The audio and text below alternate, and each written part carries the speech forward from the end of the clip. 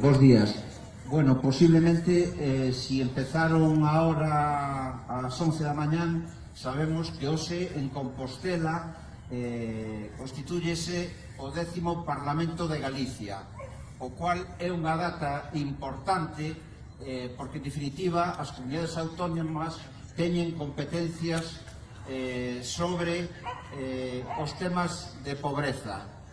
Por lo tanto, dixemos de facer este acto dicindo unha mañán sin playa, traendo as toallas e algunhas das pancartas que nos acompañan ao longo do ano para visibilizar a problemática da pobreza en Galicia.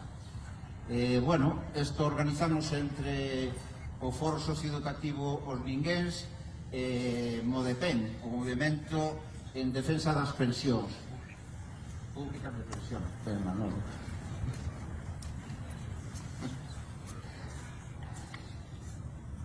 Bueno, decir unha vez máis que hai uns índices altísimos de pobreza en Galicia e en todas as comunidades autónomas, pero non só se estamos falando da nosa terra de Galicia. Hai moitos asalariados pobres, moitas traballadoras precarias, estacionales, non reguladas, economía sumersida. Nos pensamos que ante estes feitos e os índices que están aumentando progresivamente en relación ca pobreza, van a vir tempos moi duros, estamos aquí para decirlle a Xunta de Galicia que ahora que empezan esta nova andaina, que metan nos seus programas, nas súas prioridades, unhas políticas de loita contra a pobreza, en definitiva, a favor das persoas que non cubren necesidades básicas. Sabedes que hai moita xente que está sendo desafiuzada das súas casas por non poder pagar o aluguer das vivendas. Hai múltiples prestacións sociales como as PNCs, as RAIs, as risgas, en definitiva, cheques sociales, cheque benvido, estas tarxetas monedero para comprar alimentación, e todas estas prestacións, si se sumaran e se intentara chegar ao menos a prestación máis alta. En estes momentos o referente que temos como prestación máis alta e debían unificarse e darlle a estas persoas que contra a súa vontade están no paro, darlle ese mínimo de cartos para que os administren. Non é normal que as persoas que teñen unha pobreza severa teñan que ir a múltiples institucións públicas, ONGs, para poder sobrevivir. Si todo eso se sumara e se puxera esa cantidad mínima, nós pensamos en estes momentos que como cantidad mínima debe ser o indicador AROPE, que é un indicador proposto por Europa fai xa moitos anos como proposta para aliviar os problemas de pobreza. E, sin embargo, está aprobado por todos os estados da comunidade autónoma, pero a verdad que se fixo moi pouco. Ese indicador fala de aproximadamente que ninguna persona debe de estar por debaixo de 760 euros mensuales e unha familia de 4 persoas de 1.600. Ese é o cálculo que está feito para que as familias ou as persoas a nivel individual podan ter unhos recursos suficientes. Entón, nós o que pretendemos dicirlle hoxe a Xunta de Galicia, aos partidos que van a estar aí, tanto gobernando como na oposición, que se tomen en serio, que non se deixe atrás a poboación empobrecida. Trouxemos un pequeno manifesto para ler aquí, que é máis ou menos o que lle vamos a dirixir aos partidos políticos da comunidade autónoma, pero tamén lle vamos a dirixir ao goberno central, porque tamén teñen competencias en vivenda, en temas de pobreza, a ministra territorial, porque é moi importante que as comunidades autónomas unifiquen criterios e que sea un tema estatal que sea fácil de xestionar burocráticamente e non este mundo de personas que che dicen hoxe teño que ir a Cáritas, mañán teño que ir a non sei onde, pasado teño que ir a non sei que, están buscando un día tarxeta monedero, outro día o tema de Vitrasa, outro día, e isto hai que acabar con isto. Aos pobres, ás persoas que non cubren necesidades básicas, non se lles pode estar humillando. Bueno, ahora o compañeiro Luís vai a ler a reflexión que fixemos. Amigos e amigas, no 7 de agosto, coincidindo coa Constitución do 10º Parlamento Galego, concentrámonos o Foro Socioeducativo Ningués, apoiadas polo Movemento en Defensa das Pensións Públicas, MODEPEN, diante da delegación da Xunta de Galicia en Vigo, confeccionando no chan un tapiz multicolor con toallas de praia e pancartas reivindicativas en defensa das persoas empobrecidas. As persoas en situación de pobreza extrema non están nela por vontade, por pereza ou porque non queren traballar.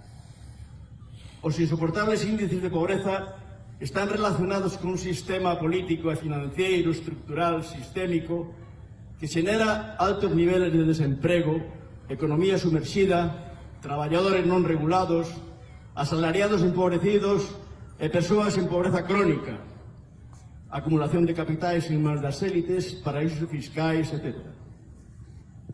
As persoas empobrecidas nos países desenvolvidos son excluídas ou expulsadas nun sistema altamente injusto, inmoral e pouco civilizado. Non viven nun sistema democrático, son víctimas dese sistema que nega a xusticia social e a liberdade porque non son cidadáns libres ao non cubrir as necesidades básicas. Hoxe, cando en Compostela se está a constituir o 10º Parlamento Galego, vimos a exixir que os partidos que o configuran axenden e prioricen políticamente a situación de pobreza extrema nas seguintes reivindicacións que propoñemos que remate nunha diagnose real e propostas efectivas a 2 anos vista.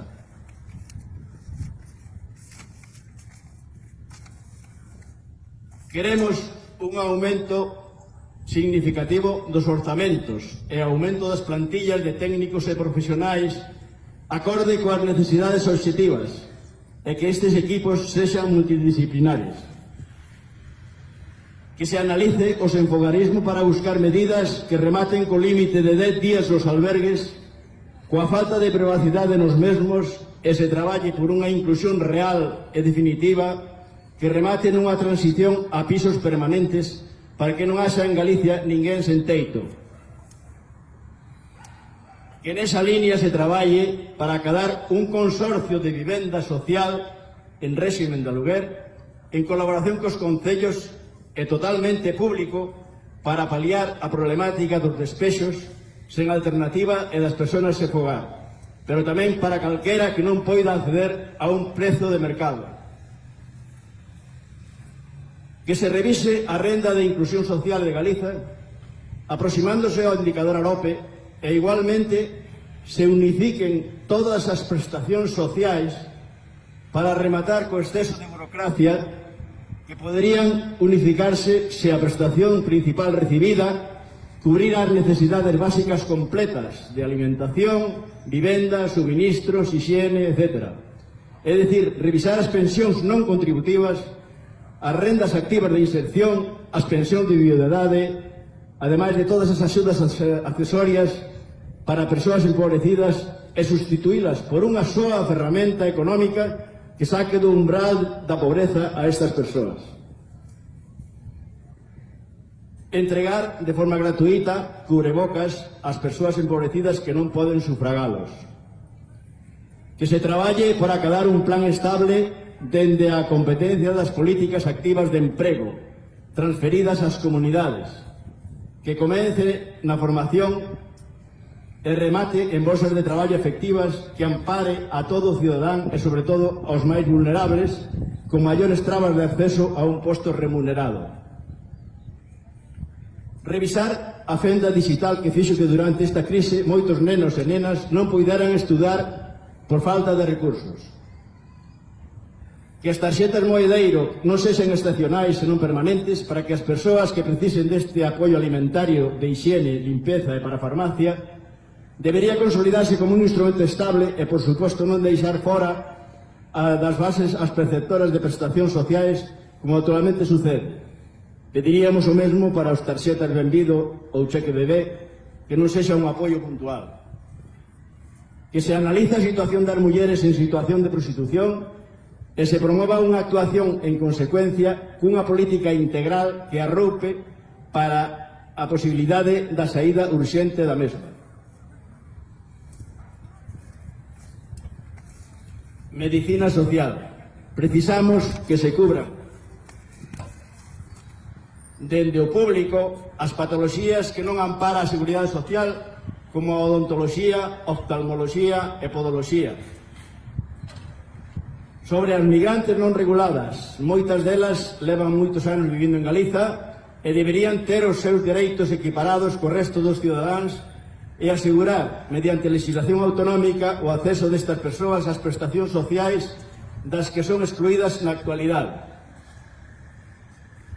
Traballar pola consecución de que as unidades de traballo social, SUTAS, abran en quendas de mañá e tarde para rematar co colapso e a demora nas axudas e mellorar a calidade da atención a perfil vulnerables. Que se poña en marcha departamentos de urxencias sociais seguindo o sistema de triaxe similar ao eido sanitario, unha atención aquí e agora inmediata.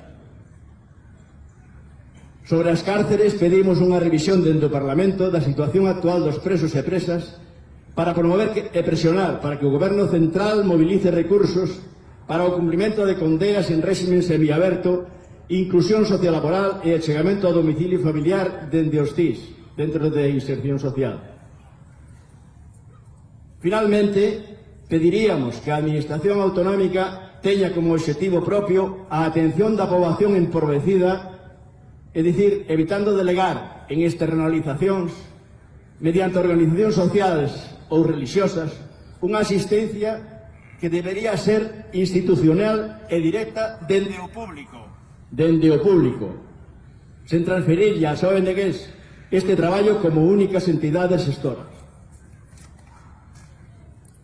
Esperamos que todas estas peticións abran un debate e sexan tidas en conta, considerando que os movimentos sociais estamos legitimados para trasladar as necesidades máis urxentes observadas a pé de rúa e presionar conxuntamente para acadar estes obxectivos que se farán chegar a todos os partidos que configuran o Parlamento e pedindo pola súa banda responsabilidade social e vontade política de mudar a dramática situación galega.